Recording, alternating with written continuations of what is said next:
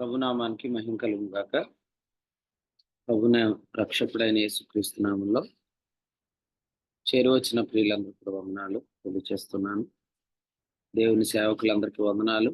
కూడికి నడిపిస్తున్న ప్రియులు సత్యనారాయణ కూడా వందనాలు తెలియజేస్తున్నాను. ఉదయకాలం దేవుని వాక్య ధ్యానం కొరకై పరిశుద్ధ గ్రంథంలోంచి రాజుల మొదటి గ్రంథం 14వ అధ్యాయంలోంచి దేవుని వాక్యాన్ని చదువుకున్నాం, ధ్యానం చేద్దాం. రాజుల మొదటి గ్రంథం 14వ అధ్యాయంలో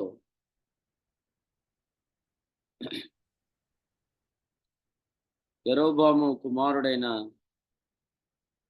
అబీయా విషయమై అహీయా దగ్గర విచారణ చేయటానికి మారువేషం ధరించుకొని వెళ్ళిన యెరోబాము భార్య గురించి, ఆ తర్వాత సంభవించబోయే సంగతులు అహీయా ద్వారా తెలియబడిన విషయాలు మనం చదవగా మనం విన్నాం. అలాగే యోధా దేశమందు ఏలుతున్న రెహబాము గురించి, ఆ కాలంలో ఐగుప్తు రాజైన శేషకు యెరూషలేమునకు వచ్చి మరి సొలొమోను చేయించిన బంగారపు డాళ్లను ఎత్తుకొని పోవటాన్ని గురించి మనం చూస్తాం. చూడండి, బంగారము అంటే విశ్వాస మూలమగు నీతి అని మనం గమనించాలి. బంగారము అనేది జస్టిఫికేషన్ బై ఫెయిత్ అని చెప్తుంది. అలాగే బంగారం, గోల్డ్, దాని ప్లేస్లో బ్రాంజ్ అనేది తర్వాత వచ్చిందన్నమాట. అది జస్టిఫికేషన్ బై వర్క్స్ అని తెలియపరుస్తుంది. చూడడానికి గోల్డ్ అండ్ బ్రాంజ్ ఒకేలా ఉంటుంది, కానీ రెండో ఒకటి కాదు. దేవుని నీతి, స్వనీతి రెండు కూడా చూడడానికి ఒకేలాగా కనపడతాయి, కానీ రెండో ఒకటి. సొలొమోను కాలంలో బంగారపు డాళ్లు చేయించాడు.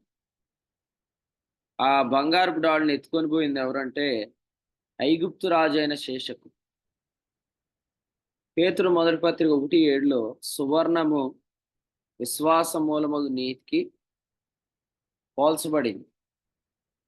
కాబట్టి బంగారం అంటే విశ్వాస మూలమగు నీతి లేదా దేవుని నీతి. సో ఈ దైవనీతిని ఎత్తుకొని పోయే ఐగుప్తు రాజు సంఘాల్లో దేవుని నీతి దొంగిలించబడింది. మనం చూస్తున్నప్పుడు క్రైస్తవ సంఘంలో విశ్వాస మూలముగా నీతి కలుగుతుంది అనే ఆ యొక్క అనుభవం లేకపోతే గ్రహింపు అది ఎత్తుకొని పోబడింది. ఎత్తుకొని పోయింది కూడా ఎవరు? ఐగుప్తు రాజు. ఐగుప్తు అంటే మనకు బాగా గుర్తొచ్చేది ఐగుప్తురాలైన హాగరు. ఐగుప్తురాలైన హాగరు గలతీయులకు రాసిన పత్రిక 4వ అధ్యాయంలో 24వ వచనం నుండి మనం చదివే వాక్య భాగాల్లో ఆమె ధర్మశాస్త్ర మూలమగు నీతికి ఆమె పోలికగా ఎంచబడింది. గలతీయులకు రాసిన పత్రిక 4వ అధ్యాయం 24 నుంచి 31 వచనాల్లో ఈ విషయాలు మనం చూస్తాం. కాబట్టి ఈ దేవుని నీతిని ఎత్తుకొని పోయినవాడు లేదా బంగారపు డాళ్ళు ఎత్తుకొని పోయేవాడు ఎక్కడి నుంచి వచ్చాడు, అతని మూలం ఎక్కడుంది అని మనం ఆలోచిస్తే అతడు ఐగుప్తు నుండి వచ్చాడు అనే మాట మనం చూస్తున్నాం. ఐగుప్తు కనాను దేశానికి క్రింద ఉందని మనం యెహోషువ గ్రంథం 24వ అధ్యాయంలో గమనిస్తాం. యెహోషువ గ్రంథం 24వ అధ్యాయంలో 4వ వచనంలో ఐగుప్తు క్రింద ఉన్నది అనే మాట మనం చూస్తాం. ఐగుప్తు క్రింద ఉన్నది, కనాను పైన ఉంది. కరుణాపీఠం పైన ఉంది, మందసంలో ఉన్న 10 ఆజ్ఞలు క్రింద ఉన్నాయి. కాబట్టి ఒక వ్యక్తి కరుణాపీఠం తొలగించి మందసంలో ఉన్న 10 ఆజ్ఞలు తీస్తున్నాడంటే ఆ వ్యక్తి క్రిందకి దిగుతున్నాడు అని అర్థం, లేదా ఐగుప్తుకు దిగుతున్నాడు అని అర్థం. సంఖ్యాకాండంలో 7వ అధ్యాయం 9వ వచనంలో కహాతీయులకు దేవుడు అప్పగించిన పనేమంటే భుజముల మీద మందసమును మోయటే వారి పని. అంటే వారు ఎప్పుడూ కూడా ఆ కరుణాపీఠం జరిగిపోకుండా వారు దానిని కాపాడేవారు. కరుణాపీఠం జరిగిపోతుంది అంటే దాని అర్థం ఏంటి? ఐగుప్తు రాజు వస్తున్నాడు అని అర్థం. ఐగుప్తు రాజు వస్తున్నాడంటే అర్థం ఏంటి? దేవుని నీతి దొంగిలించబడుతుంది అని అర్థం. మీరు ఆలోచన చేయండి. ఆదికాండ గ్రంథంలో 17వ అధ్యాయంలో అబ్రహాము భార్య అయిన శారయి మనకు కనపడుతుంది. 15వ వచనం. శారయి లో నుండి దేవుడు యోద్ అనే అక్షరాన్ని రిమూవ్ చేశాడని. శారయి, షిన్, రేష్, యోద్ అనే 3 అక్షరాలు ఉన్నాయి శారయి అనే పేరులో. ప్రభు ఏం చెప్పాడు? ఇక మీదట ఆమె నువ్వు శారయి అనవద్దు, షారా అనమన్నాడు. అంటే దేవుడు ఆమె పేరులోంచి యోద్ అనే 10వ అక్షరాన్ని రిమూవ్ చేశాడు. 10 అంటే ధర్మశాస్త్రం అని గమనించాలి. ఆమె పేరులో దేవుడు శారయి అనే పేరులో షిన్, రేష్, యోద్ అనే 3 అక్షరాల నుంచి యోద్ అనే అక్షరం రిమూవ్ చేసి హే అనే అక్షరాన్ని ఆయన ఇప్పుడు యాడ్ చేశాడు. అందుకని ఆమె పేరు షిన్, రేష్, హే, షారా అనే మాట ఆమెకి ఇవ్వబడింది. ఎప్పుడైతే ఆమెలో యోద్ అనే అక్షరం తీయబడిందో ఆమె రాజకుమార్తెగా మార్చబడింది. షారా అంటే అర్థమైందంటే రాజకుమార్తె. ఇశ్రాయేల్ అనే పేరులో ఏల్ అంటే ఎలోహీం అని అర్థం. ఇశ్రాయేల్ అనే పేరులో షారా అనే పదం ఉంది. దాని అర్థం ఏంటంటే ఇశ్రాయేలు రాజకుమార్తె. ఇశ్రాయేలు ఏలవలసిన రాజకుమార్తె.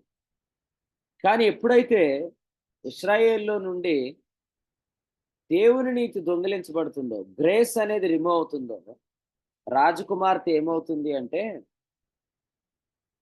మనం చూస్తున్నాం చూడండి. ఇదే రాజుల మొదటి గ్రంథం 14వ అధ్యాయం. రాజుల మొదటి గ్రంథం 14వ అధ్యాయం. 14వ అధ్యాయం వచనం 15 చూడండి.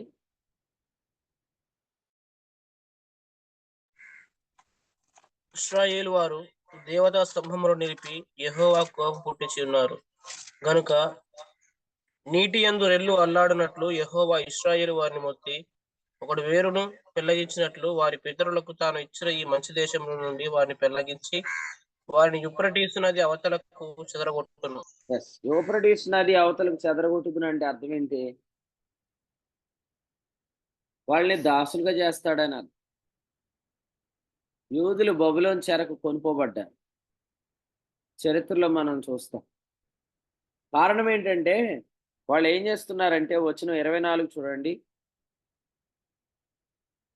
యెహోవా వెళ్ళగొట్టిన జనులు చేయి హే క్రియలు చేస్తున్నారు. ఎవరైతే కనానీయులైన 7 జాతుల మంది ఉన్నారో ఆ 7 జాతుల మంది ఆ దేశంలో ఏం చేశారో అవే హేయక్రియలు వెళ్ళి ఇప్పుడు మళ్ళీ ఆ దేశంలో చేస్తున్నారు. దాని ఫలితం ఏంటి? నేను వారిని యూఫ్రటీసు నది అవతలకు చెదరగొడతానని చెప్పి. ఇశ్రాయేలు ఎక్కడి నుంచి వచ్చారు? అబ్రహాంలోంచి వచ్చారు. అబ్రహాం ఎక్కడి నుంచి వచ్చాడు? అబ్రహాం ఎక్కడి నుంచి వచ్చాడు? యూఫ్రటీసు అవతల నుంచే వచ్చాడు. యెహోషువ గ్రంథం 24వ అధ్యాయంలో మొదటి వచనాలు మీరు చదివితే వచనం 2లో వ్రాయబడింది చూడండి. తెరహు కుటుంబీకులు, అబ్రహాము నాహోరుకు తండ్రి అయిన తెరహు కుటుంబీకులు యూఫ్రటీసు నది అవతల ఉండేవారని. సో వాళ్ళు ఎక్కడి నుంచి అయితే వచ్చారో ఆ కల్దీయులకే దేవుడు ఇప్పుడు ఇశ్రాయేలుని అప్పగించబోతున్నాడు. అంటే ఇంకా ఇలా చెప్పాలంటే ఆరంభంలో మనం ఎక్కడి నుంచి స్టార్ట్ అయ్యామో తిరిగి అక్కడికే వచ్చేటి మన జీవితాన్ని. ఇది ఎందుకు జరుగుతుంది? మనలో నుంచి దైవనీతి దొంగిలించబడితే. మనలో నుంచి గ్రేస్ అనేది రిమూవ్ చేయబడుతుంది. దీనికి గల కారణం ఏంటంటే, మనము ఐగుప్తు రాజు వచ్చేటట్లు చేసుకోవడం. ఐగుప్తు రాజు రెహబాము కాలంలో వచ్చాడు. అతని పేరు షేషకు అనే మాట మనం చూస్తున్నాం. మనం ఎప్పుడైతే కరుణాపీఠం మీద నుంచి దిగిపోతామో, అప్పుడే ఐగుప్తు రాజు వస్తాడు. సో, దీనిని మనం ఇలా కూడా ధ్యానం చేయొచ్చు. సహవాసాన్ని మనం ఎప్పుడైతే నెగ్లెక్ట్ చేస్తామో, యెరూషలేము నుండి ఒక వ్యక్తి ఎక్కడికి వెళ్తున్నాడు? లూకాసు వార్తలో 10వ అధ్యాయంలో మనం చదువుతాం కదా! యెరూషలేము నుండి ఒక వ్యక్తి యెరికోకు దిగి వెళ్తున్నాడు అనే మాట లూకాసు వార్త 10వ అధ్యాయం వచనం 30వ వచనంలో మనం చూస్తాం. యెరూషలేము అంటే దేవుని మందిరం. యెరూషలేము అంటే దేవుని సహవాసం. సో, కొందరు ఏం చేస్తున్నారంటే సహవాసం నుండి దిగిపోతున్నారు. యోహాను మొదటి పత్రిక 1:7 నుంచి నిన్నటి దినం స్టీవెన్ అన్న వర్తమానం అందించారు. అందులో సహవాసం గురించి మాట్లాడారు. సహవాసానికి వచ్చినప్పుడు యేసుక్రీస్తు యొక్క రక్తం చేసే పని గురించి చెప్పారు. హెబ్రీ 9:14 ప్రకారం సహవాసంగా మనం కూడి వస్తున్నప్పుడు క్రీస్తు యొక్క రక్తం మన మనస్సాక్షిని ఎంత ఎక్కువగా శుద్ధి చేస్తుంది. దాని ఫలితం గత రాత్రి ప్రసాద్ అన్న చెప్పాడు. మంచి మనస్సాక్షి వల్ల మనం యథార్థమైన ఆరాధన చేయొచ్చు, లేదా విశ్వాస మర్మమును గైకొనవచ్చు. తిమోతి మొదటి పత్రిక 3:9. విశ్వాస మూలముగా జీవించవచ్చు అని హెబ్రీ 10:38లో చూస్తాం. పరిశుద్ధాత్మను మనం ఆనందించవచ్చు. కానీ సహవాసాన్ని మనం నెగ్లెక్ట్ చేయటం వల్ల మనం దిగిపోతాము. మనం దేవుని నీతిని దొంగిలిస్తాము. మనం మనం దిగిపోతాము. దేవుని నీతి మనలోంచి దొంగిలించబడుతుంది. అంటే దైవ కృపలో నుంచి మనం తొలగిపోతాం. దైవ కృప మనలోంచి దొంగిలించబడుతుంది. మీకోటి చెప్తాను. గాడ్స్ ఫేవర్ అనేది మన జీవితంలో లేకపోతే మనం ఎంత ప్రయాసపడినా దానివల్ల మనకేం కలగదు. దేవుని కృప అనేది మన జీవితంలో లేకపోతే మనం ఎంత ప్రయాసపడినా మనకేం జరగదు.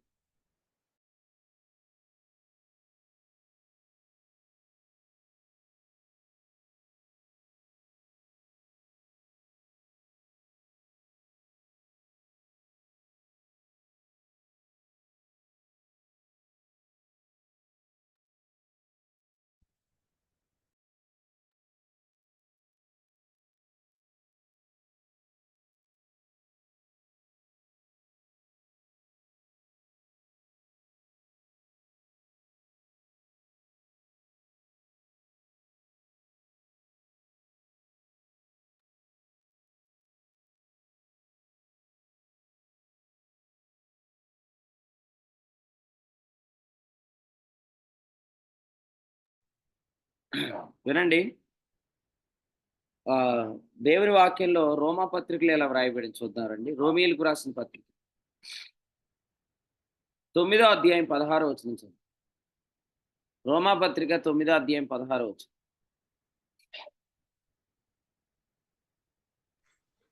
కాగా పొందగోరు వారి వలనైనను ప్రయాసపడు వారి వలనైనను కాదు కానీ కరుణించు దేవుని వలనే అగును. ఇందులో కరుణ అనే దగ్గర మనం ఇది హెబ్రీ ట్రాన్స్లేషన్, ఇది ఓల్డ్ పాత నిబంధనలోంచి కాపీ చేయబడింది. కరుణ అనే దగ్గర కృప అనే మాట మనం చూస్తాం. హెస్సెద్ అనే మాట చూస్తాం. ఆన్ చేశారా? కాబట్టి మన జీవితాల్లో కరుణ అనేది లేకపోతే మనం పరిగెత్తినా ప్రయాసపడినా ఏమీ ఉండదు అని వచనం చెప్తుంది. కాబట్టి ఎప్పుడు కూడా గ్రేస్‌కి రీప్లేస్‌మెంట్ మన ప్రయాస కాదు. కాబట్టి మీరు ఇలా అనుకోవద్దు. నేను దేవుని యొక్క కృపను పొందకపోయినా కొంత ఎక్కువగా నేను ప్రయాసపడటం వల్ల, కొంత ఎక్కువగా నేను పరిగెత్తడం వల్ల నేను మేనేజ్ చేయొచ్చు అని అనుకోవద్దు. కదా! ట్రైన్ మిస్ అయిపోతే బస్ మీద అందుకోవచ్చా ట్రైన్ నెక్స్ట్ స్టేషన్‌లో? ఒకవేళ మనం ట్రైన్ మిస్ అయ్యాం. ఆ ట్రైన్‌ని మనం బస్ స్టాండ్‌కెళ్ళి బస్ ఎక్కితే నెక్స్ట్ స్టేషన్‌లో అందుకోగలమా? ఎప్పుడైనా ట్రై చేసారా ఎవరైనా?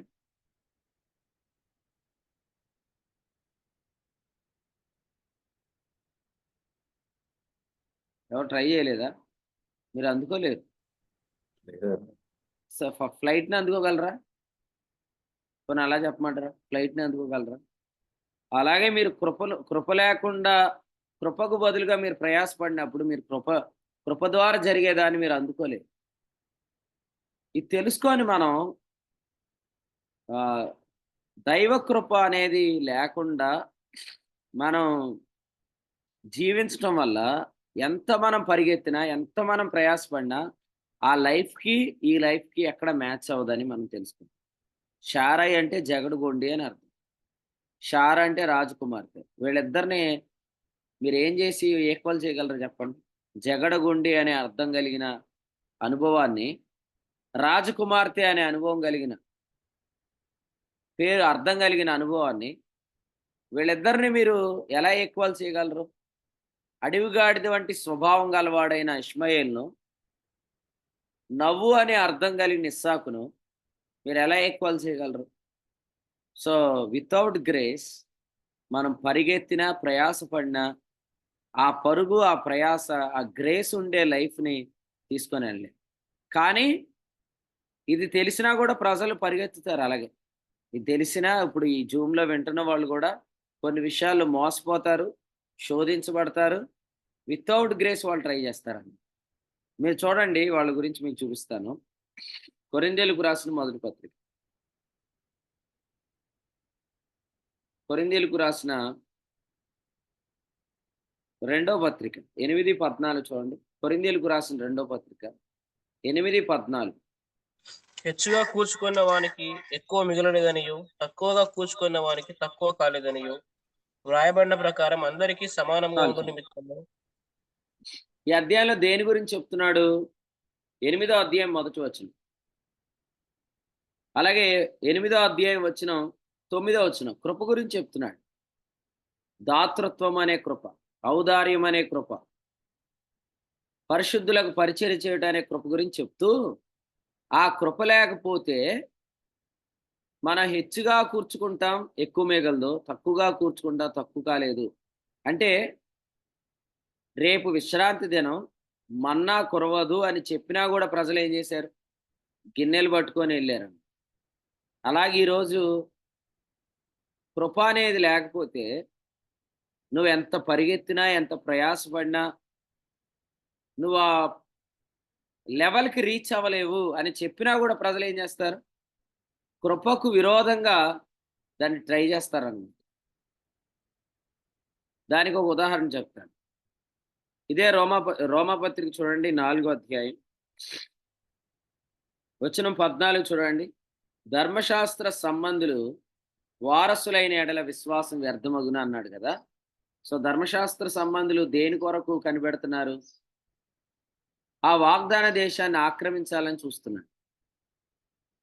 ఇప్పుడు చూడండి, దేవుడు ఇశ్రాయేలుకి ఎందుకు దాన్నిచ్చాడు? వాగ్దానాన్ని బట్టి ఇచ్చాడు. వాగ్దానం దేన్ని బట్టి ఇవ్వబడింది? విశ్వాసం మూలమైన నీతిని బట్టి ఇవ్వబడింది.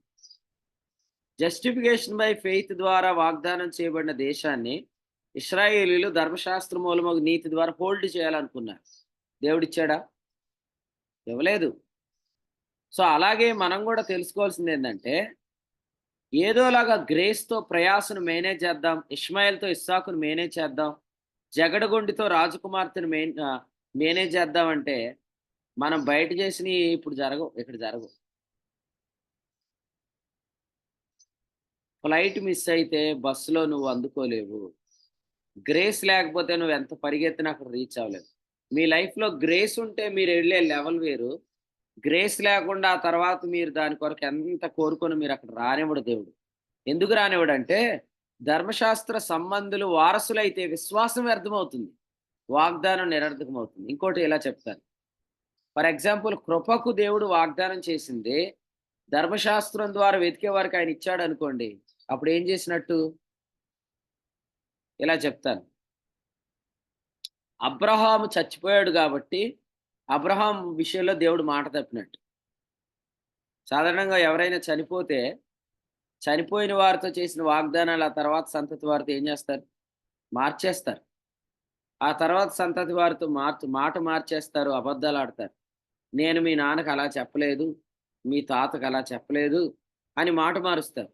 కానీ దేవుడు అబ్రహాముతో చేసిన నిబంధన ఏమన్నాడంటే, పూర్వమందు స్థిరపడిన నిబంధన కొట్టివేయబడదు అని చెప్పాడు. గలతీయులకు రాసిన పత్రిక 3వ అధ్యాయం వచనం 18, వచనం 16, 17, 18. 430 సంవత్సరముల అయిన తరువాత వచ్చిన ధర్మశాస్త్రము వాగ్దానమును నిరర్ధకము చేయనంతగా పూర్వమందు దేవుని చేత స్థిరపరచబడిన నిబంధనను కొట్టివేయదు అని చెప్పారు. పూర్వమందు స్థిరపరచబడిన నిబంధన ఎవరితో? అబ్రహాముతో. అబ్రహాముతో చేసిన నిబంధనను బట్టి ధర్మశాస్త్రం ద్వారా, ప్రయాస ద్వారా, పరుగు ద్వారా, కృపకు విరోధముగా, కృపకు వేరుగా ప్రయత్నించే వారికి దేవుడు దాన్ని అందుకోనివ్వడు. ఒక విషయం చెప్పబడ్డారా? మీరు అలా ట్రై చేస్తే మీకు దేవుడు బలత్కారులు అనే పేరు పెడతాడు. పరలోక రాజ్యం ఎలా పట్టుబడుతుంది అన్నాడు మత్తయి సువార్తలో? బలత్కారంగా పట్టుబడుతుంది అన్నాడు. అంటే అర్థం ఏంటి? ఇస్తే తీసుకునేవాడు మంచోడు, ఏదోలాగా దాన్ని నొక్కేయాలని ప్రయత్నం చేసేవాడు కదండి బలత్కారంగా పట్టుకునేవాడు. ఈ దినాలలో బలత్కారుల సంఖ్య పెరిగిపోతుంది. 128వ కీర్తనలో వాగ్దాన రూపకంగా చెప్పబడిన ప్రతి మాట మీద బలత్కారులు పనిచేస్తున్నారు. ఒకటి, అందరూ వెయిట్ చేసే దేని కొరకు? ఈ దినాల్లో ఉద్యోగం కొరకు. 128వ కీర్తనలో ఏముంది? నిశ్చయముగా నీ చేతులు కష్టార్జితము నీవు అనుభవించదు కదా. ఈ వాగ్దానం విశ్వాసులే వెతుకుతున్నారా? ఈ అనుభవాన్ని అవిశ్వాసులు కూడా వెతుకుతారా? కష్టార్జితం అనుభవించాలి నిశ్చయముగా. నా కష్టార్జితం పరులకు పోకూడదు, నేను కష్టపడి సంపాదిస్తుంది వ్యర్థం కాకూడదని విశ్వాసులే అనుకుంటారా? అవిశ్వాసులు కూడా అనుకుంటారు? ఇద్దరు అనుకుంటారు. అవిశ్వాసులు కూడా అనుకుంటారుగా. అంటే విశ్వాసికి వాగ్దానం చేయబడిన దాని మీద ఎవరు కనుబడింది? దాన్ని బలత్కారంగా పట్టుకోవాలనుకుంటున్నా ఒక అవిశ్వాసి కన్ను కూడా పడింది, శరీరానుసారుని కన్ను కూడా పడింది కదా. నీ లోగిట నీ భార్య ఫలించు ద్రాక్షవల్లి వలె ఉంటుంది అన్నాడు కదా. ఆ పోలిక కాకపోయినా భార్య ద్రాక్షవల్లిలాగా ఉండాలని విశ్వాసం అనుకుంటాడు, అవిశ్వాసం అనుకుంటాడు?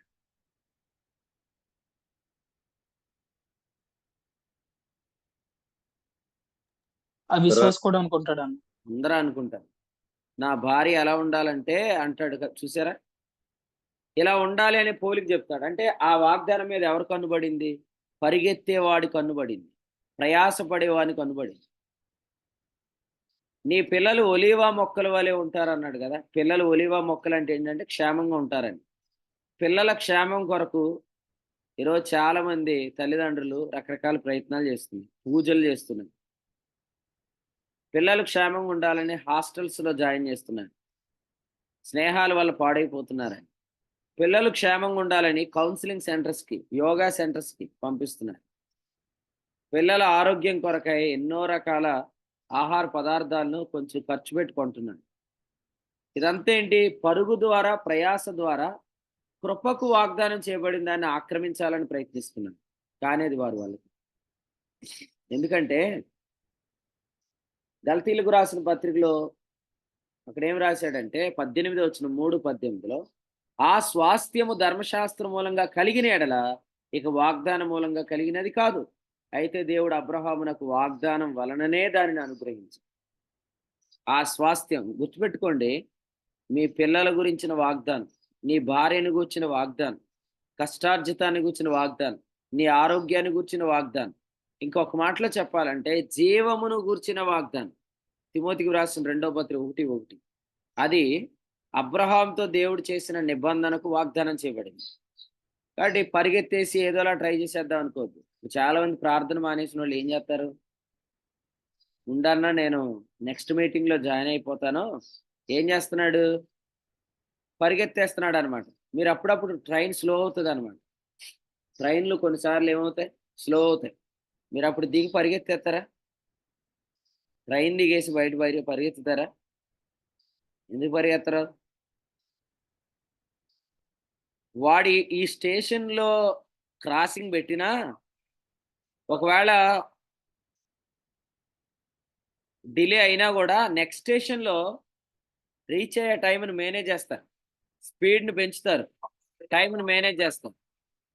కానీ మనకు తెలియక చాలా సార్లు ఏం చేస్తున్నామంటే ఈ పూట దేవుని మందిరం మానుకొని, లేకపోతే ఈ రోజు దేవుని మందిరం మానుకొని, లేదా దేవుని సహవాసం మానుకొని మనం పరిగెత్తేద్దాం, తర్వాత మళ్ళీ జాయిన్ అవుదాం అనుకుంటాం. కానీ అలా పరిగెత్తడం ద్వారా మనల్ని మనమే మోసం చేసుకుంటున్నాం. ఏమని అంటే వాగ్దానం చేయబడిన దాన్ని, విశ్వాసమూలమైన నీతికి వాగ్దానం చేయబడిన దాన్ని మనం ధర్మశాస్త్రం ద్వారా వెతుకుతున్నాం. ఒక వచనం చదువుదాం చూడండి. రోమాపత్రిక 9వ అధ్యాయం. రోమీయులకు రాసిన పత్రిక 9వ అధ్యాయం 30 నుంచి 33 వచనాలు చదవండి. 30 నుంచి 33 వచనాలు.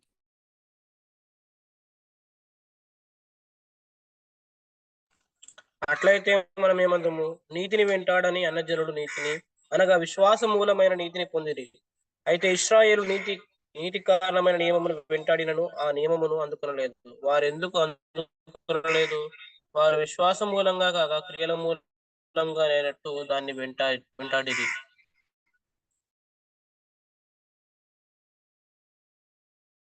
ముప్పై 33 దాకా చదవమని చెప్పాను. ఇదిగో నేను అడ్డురాతిని అడ్డుబండను సియోనులో స్థాపించున్నాను, ఆయన యందు విశ్వాసం ఉంచువాడు సిగ్గుపరచబడడు అని వ్రాయబడిన ప్రకారం వారు అడ్డురాయి తగిలి తొట్టుపడిరి. విశ్వాసమూలమైన నీతికి వాగ్దానం చేయబడిన దాన్ని ధర్మశాస్త్రం ద్వారా వెతికితే అడ్డురాయి ఎవరు? అడ్డుబండి ఎవరు? ప్రభు. యేసు ప్రభువే. మీరు చూడండి, కృపకు వేరుగా మీరు ఎక్కడికి ప్రయాణం చేసినా అడ్డుపడేది యేసు ప్రభువే. కృపకు వేరుగా మీరు ఎటువంటి తీర్మానాలు చేసినా అడ్డుపడేది యేసు ప్రభువే. ఆ అడ్డురాయి ఎంతో పెద్దదండి. ఎందుకంటే ఆయన ఇశ్రాయేలుకు అడ్డుబండి అయ్యాడు. ఎఫెసీ 2:20 ఆయన మనకు మూలరాయి అయ్యాడు. ఆయన మూలరాయి అయితే చాలా ఈజీగా పరిస్థితులు వెళ్తాయి. ఆయన అడ్డురాయి అయితే మీరు ఎంత ప్రయత్నించినా పరిస్థితులు ముందుకు. కాబట్టి ఇప్పుడు మీరు ఏం చేస్తారంటే, రాజమండ్రిలో శిల్పాలు చెక్కే వాళ్ళు ఉంటారు. వాళ్ళ దగ్గరికి వెళ్ళి అడ్డురాయిని మూలరాయిగా చెక్కించుకోండి. కొంతమంది దేవుని చిత్తాన్నే మార్చేయడానికి ట్రై చేస్తున్నారు. దేవుని చిత్తం ఇది అని అర్థమైన తర్వాత మిమ్మల్ని దేవుడు మార్చగలడు, కానీ మీరు దేవుని చిత్తాన్ని మార్చలేరు. ఫిలిప్పీలకు రాసిన పత్రిక 2వ అధ్యాయం 13 చదవండి. దేవుని చిత్తము మనకు ఖచ్చితంగా ఇచ్చయించేటట్లుగా దేవుడు మనం సిద్ధపరుస్తాడు. హెబ్రీ 13:20లో కూడా ఉంది. అంతేగాని మన ఇచ్చకు తగినట్లుగా దేవుని చిత్తం మార్చకూడదు. మీకు అర్థమైందా?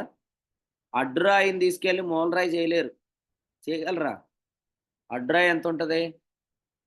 కాబట్టి దాన్ని తీసుకెళ్ళి రాజమండ్రిలో శిల్పాలు చెక్కేవాళ్ళ దగ్గర తీసుకెళ్ళి మూలరాయిగా చెక్కేద్దామంటే అవదు.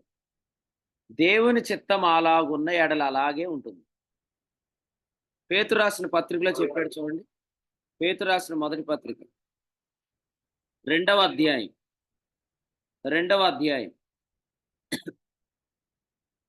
ఏం చెప్పాడు చదవండి. 20వ వచనం చదవండి. తప్పిదమ్మునకై దెబ్బలు తిన్నప్పుడు మీరు సహించిన ఎడల మీకేమి ఘనము? మేలు చేసి బాధపడినప్పుడు మీరు సహించిన ఎడల అది దేవునికి హితమగును. ఎందుకు మీరు చదవండి. క్రీస్తు కూడా మీ కొరకు బాధపడి మీరు తన అడుగుజాడలేదు నడుచుకున్నట్లు మీకు మాదిరి ఉంచిపోయాను. ఆయన పాపము తమ్ముడు 15 ఏలైనగా మీరు ఇట్లు యుక్త ప్రవర్తన గలవారై అజ్ఞానంగా మాట్లాడు మూర్ఖుల నోరు మూయుట దేవుని చిత్తము.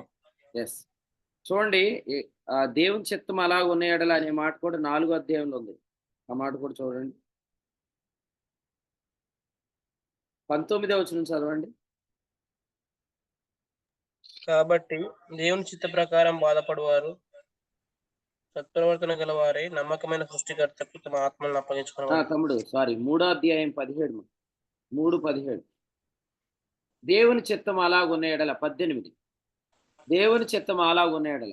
ఓకే, మీరు చూడండి, దేవుని చిత్తం అలాగున్న ఎడల అనే మాట అండర్లైన్ చేయండి చాలు, మొత్తం అవసరం లేదు. మనకు కావాల్సింది ఏంటంటే ఏదైనా ఒక విషయంలో దేవుని చిత్తం అలాగున్న ఎడల మీ చిత్తం కూడా అలా మార్చబడును గాక. మార్చబడుతుంది ఖచ్చితంగా. అంతేగాని మీ ఇచ్చకు తగినట్లుగా దేవుని చిత్తం మారదు. దేవుని చిత్తానికి తగినట్లుగా మీ మనసు మారాలి. రోమపత్రిక 12:2 దేవుని చిత్తం ఎరుగునట్లుగా మీ మనస్సు మారి నూతన అవుట వలన రూపాంతరం చెంది. ఓకే. పంతులు గారి దగ్గరికి వచ్చి పెళ్లికి ముహూర్తం పెట్టించుకునేవారు. ఆ తర్వాత మంచి ముహూర్తం లేదంటే మళ్ళీ పంతులు గారికి డబ్బులిచ్చి ముహూర్తాలు మంచిగా వచ్చేటట్టు చేపిస్తారు. అది దేవుని దగ్గర చెల్లదు. దేవుని చిత్తం అలాగున్న ఎడల నీ మనసు కూడా అలాగే మారాలి. మారగలదు. మీరు కొంచెం టైం ఇవ్వండి. కొంచెం అవకాశం ఇయ్యండి. కొంచెం మీరు సెట్ అవ్వండి. అంతేగాని విశ్వాస మూలమగు నీతికి వాగ్దానం చేసిన దాన్ని మీరు ధర్మశాస్త్రం ద్వారా ట్రై చేస్తే మీకు ఆయనే అడ్డుబండ అవుతాడు. ఆయనే అడ్రాయి అవుతాడు. నేను ఒక ప్రశ్న అడుగుతాను. 38 ఏండ్ల నుండి వ్యాధి కలిగిన వాడు ఎక్కడున్నాడు? 38 ఏండ్ల నుంచి వ్యాధి కలిగిన వాడు ఎక్కడున్నాడు? అక్కడే ఉన్నాడు. ఆ! అక్కడే ఉన్నాడు. అదే ఆన్సర్. కోనేరు దగ్గర ఉన్నారంటాడేమో అనుకున్నాను. బెతిస్దా దగ్గర ఉన్నారేమో అంటారనుకున్నాను. ఎక్కడున్నాడు? అక్కడే ఉన్నాడు. ఎంతకాలం చూసినా కొంతమంది అక్కడే ఎందుకున్నారు?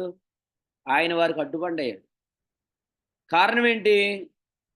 విశ్వాసమునకు వాగ్దానం చేయబడిన దాన్ని వాగ్దాన రూపకమైన వాక్యాల ద్వారా కాకుండా విశ్వాస సంబంధం లేని నియమం ద్వారా వెతుకుతున్నారన్నమాట. కాబట్టి గుర్తుపెట్టుకోండి, ఐగుప్తు రాజులు, ముఖ్యంగా ఐగుప్తు రాలైన హాగరు, ఐగుప్తు అనేది క్రింద ఉన్న మందస్సంలో ఉన్న ఆజ్ఞలు అనేవి మన జీవితంలో గ్రేస్ని రిమూవ్ చేసినప్పుడు మనం బహుకాలం నుండి అదే స్థితిలో ఉండిపోతాం.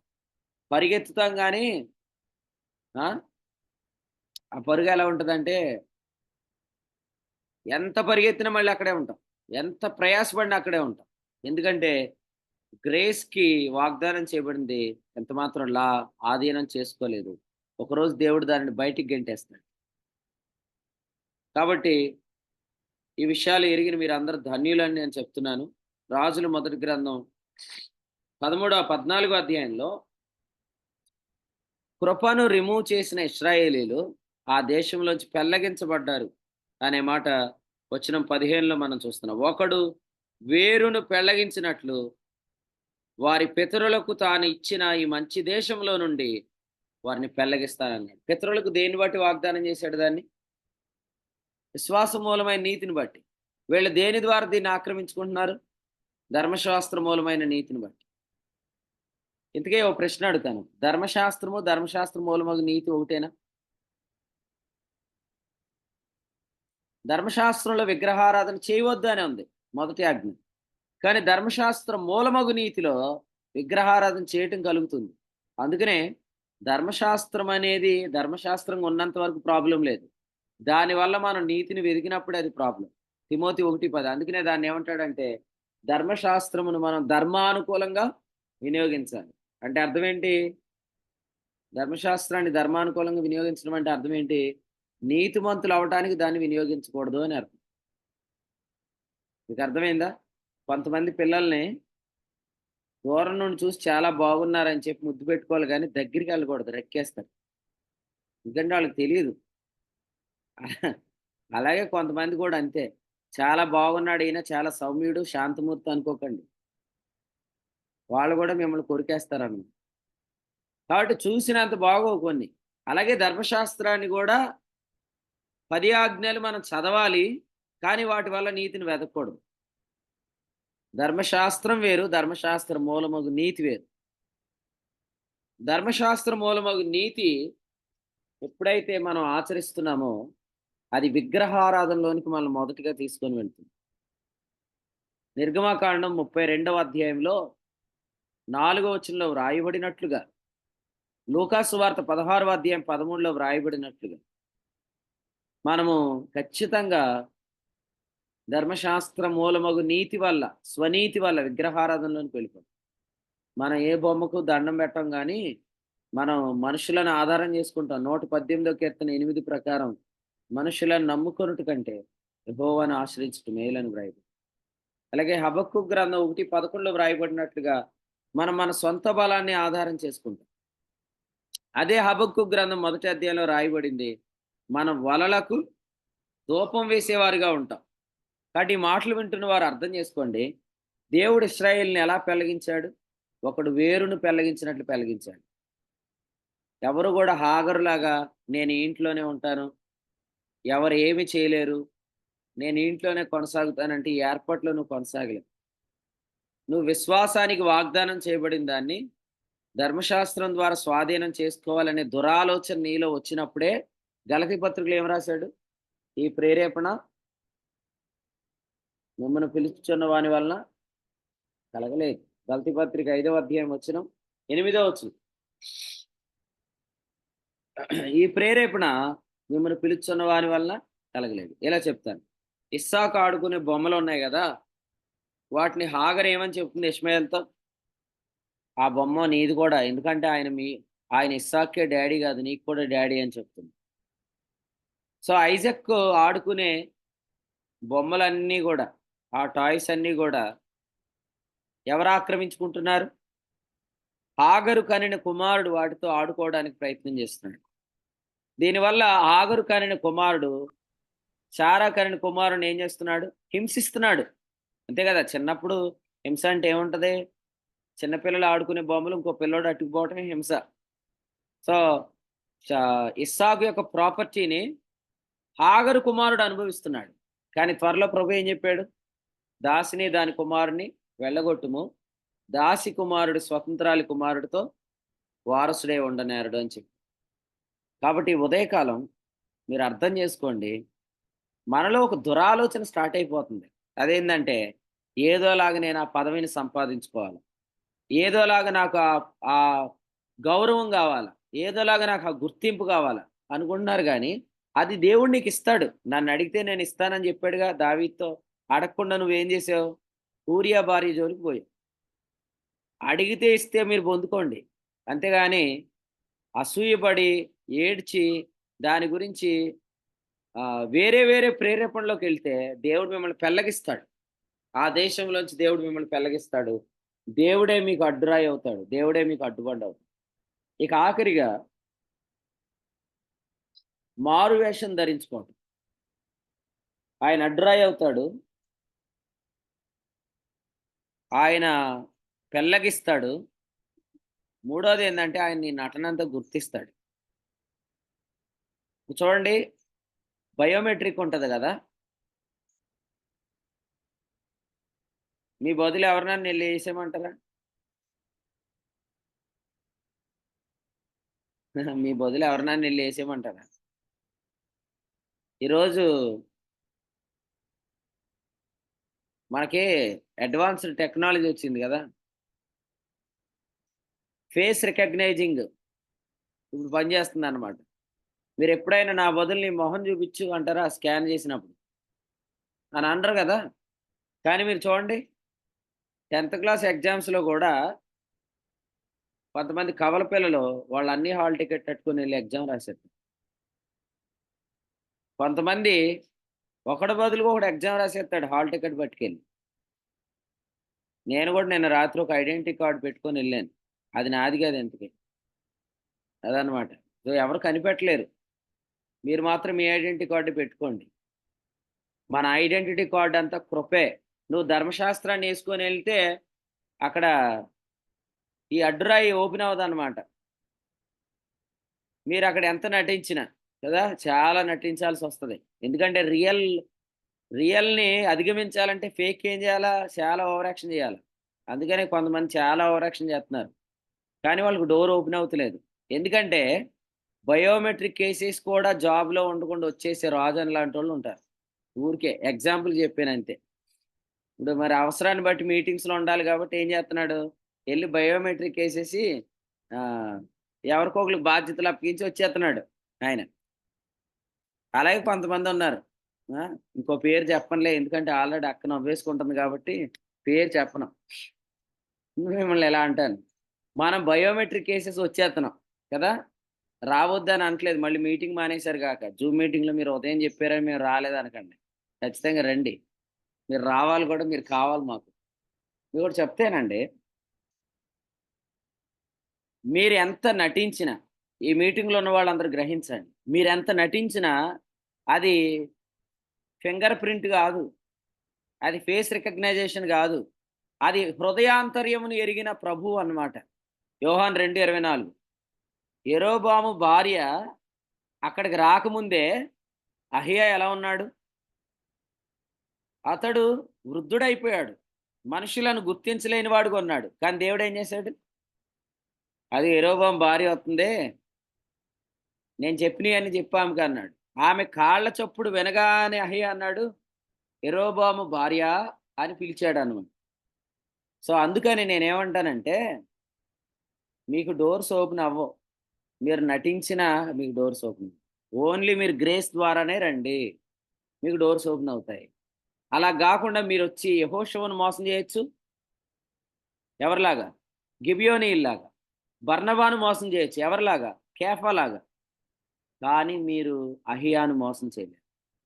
ఎందుకంటే దేవుని యొక్క ఏర్పాటులో నటించే వాళ్ళు ఎంతో కాలం ఉండరు. ఓకే. కాబట్టి నేనేం చెప్తున్నానంటే, ఆయనే అడ్రై అవుతాడు. ఆయనే వేరులాగా పెళ్ళగిస్తాడు. మాత్రమే కాదు, ఆయనే నిన్ను గుర్తిస్తాడు. సో ఆయన గుర్తిస్తే మనం కూడా గుర్తించం. మనం కూడా ఏమంటాం? నాకెందుకో కరెక్ట్ అనిపించట్లేదన్నా. ఇదేనా కారణం? అదేనా? అంతేనా? ఇంతేనా? అంట. అప్పుడు దేవుడు వరుసగా మొదటి నుంచి అతని యొక్క అడుగుజాడలన్నీ చెప్తాడు మనకు. ఆ వ్యక్తి మొదటి నటన ఎక్కడ చేశాడు? మొదట ఓవర్ యాక్షన్ ఎప్పుడు చేశాడు? ఆ స్త్రీ ఎప్పుడు చేసింది? ఇవన్నీ చెప్తాడు. అప్పుడు వాళ్ళు నటించారు, వాళ్ళు రియల్ కాదు అని అర్థమైంది. కాబట్టి మీలో ఇంకెవరైనా ఓకే మహానటులుంటే, యేసు ప్రభు నామంలో మీలో మార్పు వచ్చునుగా. మంచివారిలాగా నటించకండి. మీకు మంచితనం అనే ఆత్మఫలం ఉంది. తగ్గింపు కలిగిన వారిలా నటించకండి. మీకు విధేయత అనే ఆత్మఫలం ఉంది. గలతీ 5:13. వాక్యం వినేవారిలాగా నటించకండి. మీకు వాక్యం వినే చెవులు మీకు అనుగ్రహించబడే కృప ఉంది. రోమాపత్రిక 10:17. కాబట్టి వాక్యం వింటున్నట్టుగా తలకాయ ఊపడం, ప్రశ్నిస్తేనేమో ఏదన్నా ఒకసారి మళ్ళీ చెప్పు అంటాం. ఇయన్నీ చేయకండి. ఎందుకంటే మీరు నటించారనుకోండి, మీరు నన్ను మోసం చేస్తారు. ఎందుకంటే నా పేరు కూడా బర్నబాయే గదా. మీరు యెహోషువను మోసం చేస్తారు. కానీ మీరు అహియాను మోసం చేయలేరు. ఎందుకంటే అహియాతో దేవుడు చెప్పాడు, వస్తున్నామే మారువేషం ధరించుకొని వస్తుంది. కాబట్టి మీరందరూ గమనిస్తారని నమ్ముతున్నాను. దేనికైనా డోర్స్ ఓపెన్ అవుతాయి గానీ, దేవుని కార్యాలకు దేవుడు డోర్స్ ఓపెన్ చేయనివ్వడు. Last and final. గారడి సీమోను తెల్ల బట్టలెట్టుకొని వచ్చాడనమాట. ఆదివారం ఉదయం బాప్తిస్మాలు ఇస్తున్నారంటే, మనోడు గూడా తెలుపు బట్టలేసుకొని వైట్ అండ్ వైట్ తెచ్చేసుకున్నాడు. ఏమంటున్నాడు? నాకు బాప్తిస్మం ఇచ్చేయండి అన్నాడు. ఇచ్చేయండి అంటే అయ్యగారికి ఏం చేశారు? బాప్తిస్మం ఇవ్వటానికి ఆటంకం చేశారా? నీ హృదయం దేవుని ఎదుట సరైంది కాదు గనుక నీకు బాప్తిస్మం ఇవ్వనన్నారా? ఇచ్చేశారు. బాప్తిస్మం ఎప్పుడైతే ఇచ్చేశారో నెక్స్ట్ వెంటనే ఎందులో పడ్డాడు? గారడీలు చేయడం ద్వారా వచ్చిన డబ్బులన్నీ పట్టుకొచ్చేసాడు. ఎందుకు పట్టుకొచ్చాడు?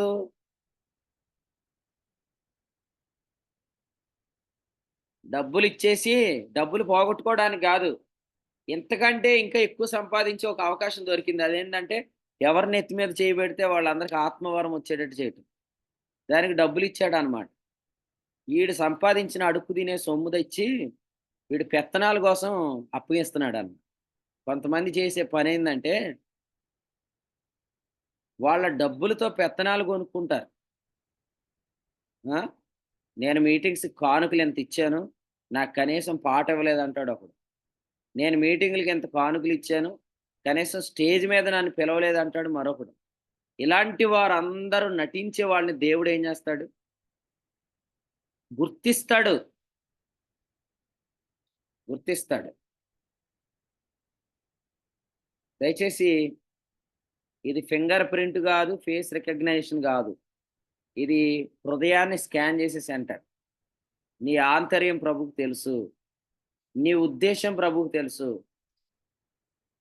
ప్రభు వాక్యం చెప్తుంది, మనుషులు లక్ష్య పెట్టు వాటిని యెహోవా లక్ష్య పెట్టడు. కాబట్టి గుర్తించండి. ఇంకా ఎవరైనా ఓకే మహానటులుంటే ఈ ఉదయకాలం మీకు మారు మనసు వచ్చును గాక. మారు మనసు పొందండి. ఎందుకంటే నేను మోసపోయి మీకు ఏదైనా ఇస్తాను గానీ దేవుడు మాత్రం ఇవ్వడు. ఏమన్నాడు గారడీ సీమోనుతో పేతురు, నీ హృదయము ఆయన ఎదుట సరి అయింది కాదు. ఎవరు చెప్పారు? హృదయాన్ని పరిశోధించేవాడు చెప్పేశాడు పేతురుతో. ఏమని? వాడు చూడు మూడో లైన్‌లో ఉన్నాడు చూడు. వాడు బాగా చేస్తున్నాడు యాక్షన్. ఇందాక నుంచి చూస్తున్నాను. వాడు వాక్యం వింటున్నట్టు యాక్షన్ చేస్తున్నాడు. వాడు గారడీ సీమోను. వాడు వాస్తవం వాడి హృదయం సరిగ్గా లేదు. వాడికి అవకాశం ఇయ్యొద్దని చెప్పాడు. పేతురు దగ్గరికొచ్చి, అయ్యగారు, అయ్యగారు, అయ్యగారు, అయ్యగారు అంటున్నాడనమాట. నీ డబ్బు సంచి నువ్వే ఉంచుకోరా నాయనా! నీ ధనము నీతో కూడా నశించును గాక. ఈ కార్యమందు నీకు పాలు పంపులు లేవంటున్నాడు. కాబట్టి ఇప్పుడేం చేత్తావు? ఇంకో రూ. 10 పెంచి పోనీ ఇదోసారి చూడండి అంటావా? నీ హృదయం మార్చుకో ఫస్టు. నీ హృదయం మార్చుకుంటే దేవుడు అవకాశాలిస్తాడు. కాబట్టి ఈ ఉదయకాలం ఆయన అడ్రై అవుతాడు. ఆయన పెళ్ళగిస్తాడు. ఆయన గుర్తిస్తాడు. ఇది మనం గుర్తిద్దాం.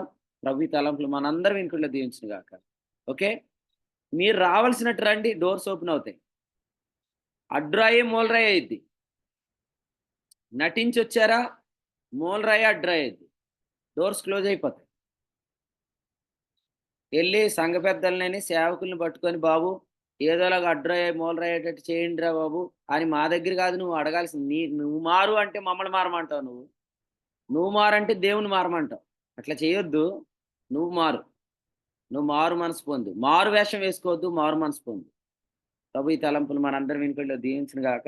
ఖచ్చితంగా ఈ ఉదయకాలం జూమ్ మీటింగ్‌లో ఎవడికో గట్టిగా పడింది అనుకోకుండా, ఈ వర్తమానం రానోళ్ళకి గూడా చెప్పండి. ఆళ్ళకి గూడా పడాలి. ఈ వ ఈ వర్తమానం రానోళ్ళకి గూడా చెప్పండి. ఆళ్ళకి గూడా పడాలి. కావాలని ఈ ఆడియో మాత్రం అందరికి పంపించేయండి. ఓకే. ప్రభు ఈ తలంపు మన కొరకు దీవించును. ఆమేన్.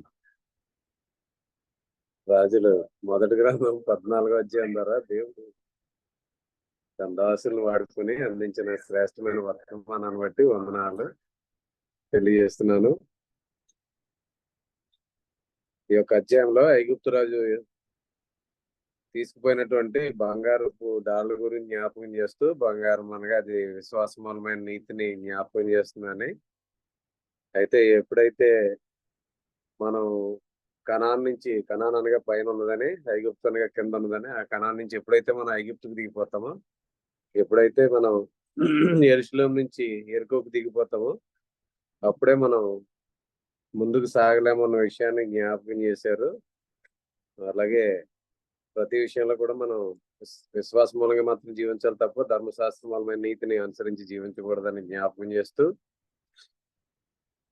మనం ఏది చేసినా దేవుని కృప వల్ల మాత్రమే అది సాధ్యమవుతుందని, దేవుని కృప వల్ల కాకుండా మన సొంత ప్రయత్నం చేసి ధర్మశాస్త్రం మూలంగా మన స్వనీతి క్రియల ద్వారా సాధించాలనుకుంటే దేవుడే దాన్ని జరగకుండా ఆయనే అడ్డురాయిగా ఉంటాడని, ఎప్పుడైతే మన కృపకు వేరుగా మనం వెతికినప్పుడు దాన్ని ఆయన పెళ్లగిస్తాడన్న విషయాన్ని జ్ఞాపకం చేశారు.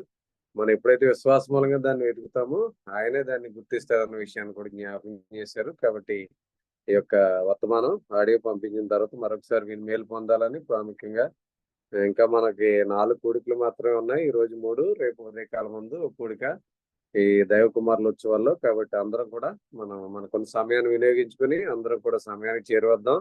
ఉదయం 9 గంటలకే మొదటి కూడిక ప్రారంభించబడుతుంది కాబట్టి అందరూ కూడా సిద్ధపడి మరి చేరు రావాలని తెలియజేస్తున్నాను. మరి అందరికీ కూడా బ్రేక్ఫాస్ట్ కూడా 9 గంటల వరకు మాత్రమే మరి పెట్టబడుతుంది కాబట్టి దయచేసి ఈ విషయాన్ని గమనించి అందరూ కూడా తమ పనులు ముగించుకుని త్వరపడి మరి ఆ యొక్క ఉత్సవాలు జరుగుతున్న ప్రాంగణానికి మీ అందరూ చేరు రావాలని మేము అందరినీ ప్రేమతో ఆహ్వానిస్తున్నాం. కాబట్టి ఈ సమయంలో ముగింపు ప్రార్థన దేవుని సేవకులు సత్యప్రసాద్ గారు చేస్తారు. కూడిక ముగింపు చేసుకున్నాం. ఈ కూడికలో ఏ విధాలు సహకరించిన ప్రియులకు శ్రేష్టమైన వర్తమానం అందించిన దేవుని సేవకులకు కూడిక పక్షం వందనాలు తెలియజేస్తున్నాను.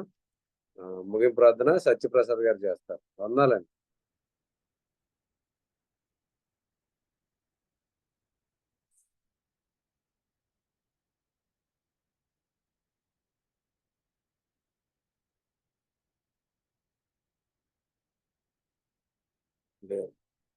దేవుని సేవకులు లేరు. ఈ ప్రశాంత్ గారు, ఆదిలాబాద్ ప్రశాంత్ గారు ముగింపు ప్రార్థన చేస్తారు. ఉన్నారనే ఉన్నారు. మహాపరిశుద్ధుడైన మా తండ్రి, మీకు వందనములు స్తోత్రాలు చెల్లిస్తున్నాం. ఉదయకాల సమయంలో మీ యొక్క సన్నిధి ప్రకాశాన్ని మా పైన ఉదయింపజేసి మమ్మల్ని బలపరచడానికి వందనాలు చెల్లిస్తున్నాం ప్రభువా. ప్రతి ఉదయకాల సమయంలో అయ్యే లేఖనాల నుంచి క్రీస్తును స్పష్టంగా తెలుసుకోవడానికి మీరు ఇస్తున్న కృపను బట్టి మీకు స్తోత్రం చెల్లిస్తున్నాం. రెహబాము కాలంలో బంగారు డాళ్ళు ఎత్తుకుపోయిన ఐగుప్తు రాజుని నేను చూస్తా ఉన్నాం ప్రభువా. బంగారం అంటే విశ్వాస మూలమైన నీతి అని, ఇత్తడి అంటే క్రియల మూలమైన నీతి అని మీరు మాతో మాట్లాడారు. మీకు స్తోత్రం చెల్లిస్తున్నాం నాయన. మేము విశ్వాసం ద్వారా రక్షించబడ్డాం ప్రభువా, క్రియల మూలంగా కాదు అని మేము నేర్చుకుంటున్నాం ప్రభు. మీకు స్తోత్రాలు అయ్యా. ఐగుప్తు అనేది కనాను కింద ఉంది అయ్యా. యెరూషలేము నుంచి చేరుకోదీపోవడము, లేకపోతే కనాన్ నుంచి ఐగుప్తు వైపు వెళ్ళడము అయ్యా, కరుణాపీఠం నుంచి మందసంలో దిగిపోవడము అనేది మీ చిత్తం కాదు నాయన. మీకు స్తోత్రాలు. మాతో మాట్లాడుతున్నారు నాయన. దిగిపోయే అనుభవాల్లో మేము లేమని అయ్యా ఉండకూడదని మీరు మాట్లాడుతున్నారు. మీకు స్తోత్రాలు. ధర్మశాస్త్ర మందులు వారసులైతే విశ్వాసం వ్యర్థమవుతుంది, వాగ్దానం నిరర్ధకమవుతుంది. దేవుని కృపగా వేరుగా ఏది వెతికినా అది మేము బలాత్కారంగానే వెతుకుతున్నామని మీరు మాతో మాట్లాడడానికి స్తోత్రం చెల్లిస్తున్నాం ప్రభువా. దేవుడు పూర్వమందు స్థిరపరిచిన ఆ నిబంధన కొట్టివేయబడదని మీరు మాతో మాట్లాడినారు. మీకు స్తోత్రాలు. ఇశ్రాయేలు ప్రజలు నీతికరమైన నియమాన్ని అయ్యా వెంటనను మా ప్రభు వారి విశ్వాసం మూలంగా కాకుండా క్రియల మూలంగా వెతకారని మాతో మీరు మాట్లాడిన విధానం బట్టి మీకు స్తోత్రాలు చెల్లిస్తున్నాం ప్రభువా. ఒకవేళ విశ్వాసానికి వేరుగా మేము వెళ్తున్నప్పుడు అయితే ఖచ్చితంగా క్రీస్తే అడ్డుబండ అవుతాడని, అది కొనసాగదని, మరి 38 ఏళ్ల నుంచి ఒకడు అక్కడే ఉన్నట్టుగా మా ప్రభు మేము మా ప్రయాణం అక్కడనే ఉంటుందని, సాగదని మీరు మాతో మాట్లాడారు. మీకు స్తోత్రాలు. అంతేకాదు ఇశ్రాయేలు వారిని గురించి మీరు మాట్లాడారు.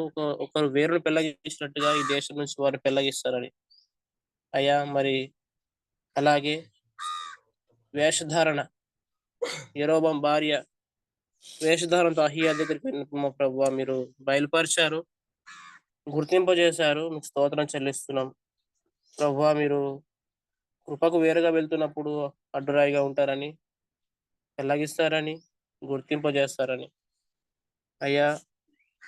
మరి పేతురు అన్నట్టుగా మీ హృదయము దేవుని ఎదుట సరిగా లేదని మరి హెచ్చరించినట్టుగా మా ప్రభువా, మరి హృదయాలు మీ ఎదుట సరిగా చేసుకోవడానికి మీరు సహాయం చేయండి అయ్యా. ఎందుకంటే హృదయాలు పరిశోధించి దేవుడో ప్రభువా నాయన. విశ్వాస వాక్యము మా యుద్ధకు వస్తున్నప్పుడు వాక్యానికి లోబడే మనసును దయచేయమని కోరుతున్నాం ప్రభువా. ఈ ఏర్పాటులో ఉంటేనే మా క్షేమము, బోయాజు పొలంలో ఉంటేనే అయ్యా మా క్షేమం మా తండ్రి. అయ్యా ఏర్పాటుకు వేరుగా కృపకు వేరుగా మేమేం చేసినా నిష్ఫలమవుతామని, మా ప్రయత్నాన్ని వ్యర్థమవుతాయని అయ్యా మేము నేర్చుకుంటున్నాం. మీకు స్తోత్రాలు. మీ దాసుని వాడుకొని అందించిన శ్రేష్టమైన వర్తమానం బట్టి మీకు స్తోత్రాలు చెల్లిస్తున్నాం. కూడిగా నడిపించిన పిల్లలు బట్టి వందనాలు. కూడికలో ఉన్న దేవుని సేవకులు అలాగే వాక్యం వెంటకు చేరవచ్చిన పిల్లలందరూ బట్టి మీకు స్తోత్రాలు చెల్లిస్తూ ఈ రోజు రేపు ఇంకా 2 దినాలు మాత్రమే మాకు మా మధ్య ఉన్నాయి ప్రభువా. మీకు స్తోత్రం. అద్భుతమైన వర్తమానాల ద్వారా మనం ఆదరిస్తున్నారు అయ్యా. మీకు స్తోత్రం చెల్లిస్తున్నాం. కార్యాలు జరిగిస్తున్నారు.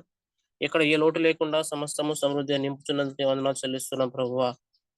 ఈ రోజు కూడా మా ప్రభువా మరి మీరు సిద్ధపరిచిన వర్తమానాల ద్వారా మనం ఆదరించబోతున్నారని విశ్వసిస్తున్నాం.